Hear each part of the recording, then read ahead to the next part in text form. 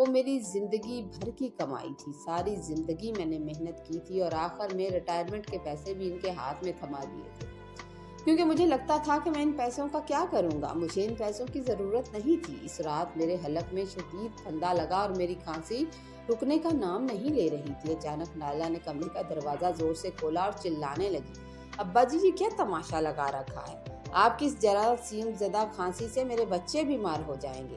اگر آپ میں ذرا سی شرم ہے تو سمجھ جائیں کہ اب اس گھر میں آپ کی کوئی جگہ نہیں ہے۔